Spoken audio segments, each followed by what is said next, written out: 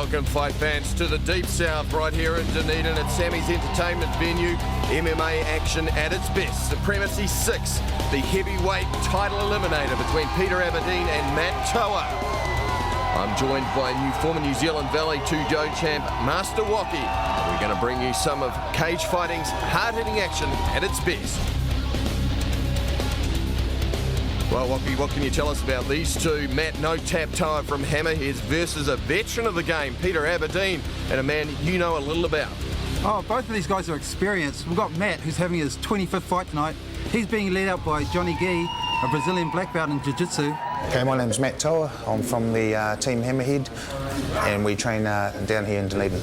I had my first fight in 2003, and tomorrow will be fight number 25 for me. Talking to Peter before, really nice guy, and also, you know, he's been around for a long time, so basically looking forward to it. You know, we've both got similar experience, and we've never really crossed paths before, so yeah, tomorrow's the night. Basically, Peter, yep, you're a nice guy, but tomorrow when that bell rings, it's on, and then when it rings again, it's over. So, yeah, we'll leave it in the cage. Well, some pretty well-spoken words there from Matt Toa, going up against one of the veterans of the game, Peter Aberdeen, 37 years of age. He's been fighting for a very long time. He's had the 3 wins and 4 losses in his MMA record, but he's had many Muay Thai fights. He was the former New Zealand 2-time Muay Thai champion, so look to see him using his stand-up striking skills against what we expect will be a combination of Brazilian Jiu-Jitsu and stand-up from Matt Toa, as we see Peter Aberdeen making his way to the ring.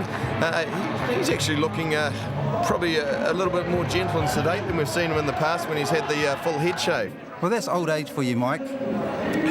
Yeah, well, that's right, Peter. Of course, underneath his black hair there, he actually has a full pate of tattoos. He's a bit of a fan of the inking, as you'll often see in the martial arts and X-style sports.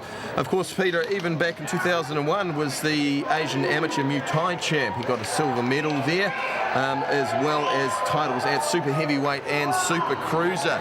You would expect him, with that sort of resume, to dominate in the stand-up. And here we go to the rules of the cage. 3 judges scoring the bout. It's 3 5-minute rounds. It's a 10-point must system. The winner getting 10, the opponent getting 9 points or less. And it's scored on the combination of striking, it's the stand-up, the grappling, and also aggression and ground control.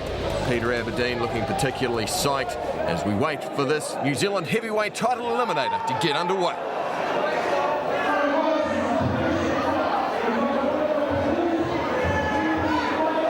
Matt Toa looking singularly unimpressed there, the stare down, a little nod of appreciation as the two boys prepare to trade blows. They both look relaxed. Matt Toa and the ref, separating them, making sure that door's shut. Well, it won't be shut for too long. It'll be interesting to see who's the first to bridge the gap. We'd expect Peter Aberdeen to go to town with his hands, and in particular the kicks, where he is quite strong in the stand-up game. Matt Toa just sliding his lead leg out of the way of that inside thigh kick. Nice little turnover left hook and right hand, and a knee. Nice knee there. Good. And another knee. Great options there in terms of just taking the shots, taking what's offered to him. Peter is traditionally a slow starter. Little half-beat jab there. It's like all Thai fighters. They start slow and then finish with a flurry. Yeah, well, there we go. Matt Toa, a couple of overhand rights, and he's picking his shots again quite nicely, just going with the uppercut rather than the hook. Noticing Peter's putting his head down, straight right hand there. Peter just walking in and immediately taking the ground there. Oh, an illegal blow there. Okay, so the rules have changed from early on, the days of King of the Cage, and when we first saw these in the UFC. No knees to the head while you're on the ground. You can knee to the head, to the body, but not to the head while you're on the ground. Of course, that changes when you get into the stand-up zone. Toa again missing with a left hook there. What will he be wanting to do at this stage to Peter this early in the fight? He just wants to pick his shots, keep going forward, trying to get that right hand in, and then look for that shot, take him down, and apply all that pressure from the top position. Yeah, this stage he's beating him to the punch. Peter, first and second time he's gone to the legs, but he suffered for it, off balance. Again, I'm surprised not to see Toa taking him down, but he's having good success with the stand-up. Good left hook landed again. Peter just going to the ribs there with his lead left leg kick. He's not really using his hands at all. He's quite tentative. Nice little cracking right thigh kick. Quite close in the range. Peter Aberdeen actually looking to have a slight height advantage. Matt's looking very confident with his punches. Well, again, coming from that MMA background, we expect him to go to ground, but look, if it ain't broke, don't fix it. There he is. He faked with the jab, then went in with a stiff little half hook, half jab.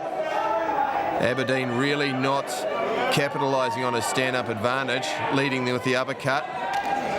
Overhand right, just missing as Aberdeen goes down for the low leg kick. And don't forget, this fight is to find the heavyweight contender for Supremacy 7 against Sam Striker Brown. Coming up in Auckland at the Y Stadium on November 27. Another little nice thigh kick there from Peter Aberdeen. He's not looking to use the punches, he's just pacing himself, maybe saving himself for the later rounds.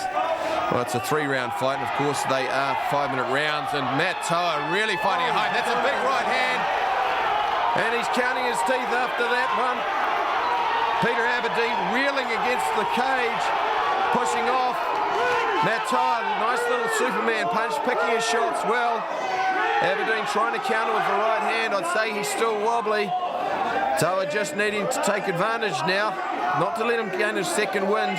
Aberdeen's methodical, just plodding forward.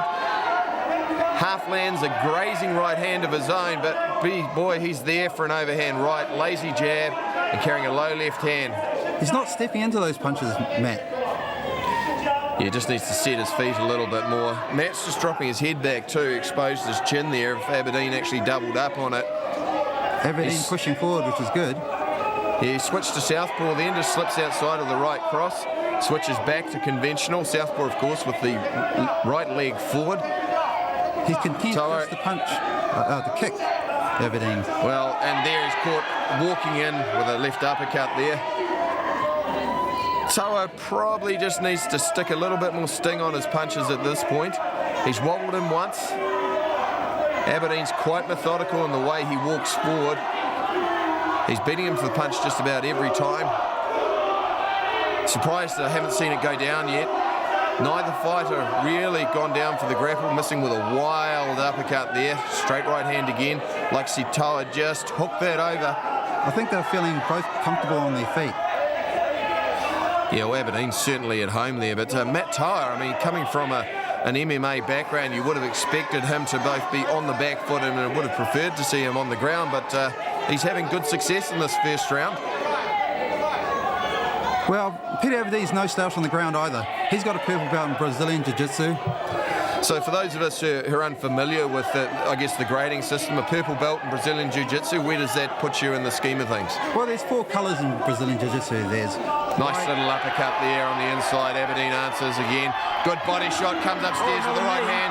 Double knee, picking his shots well there, Matt Toa. Another knee there. Peter Aberdeen just continues to soak up punishment like a heavy bag. And again, let's see if this one goes down.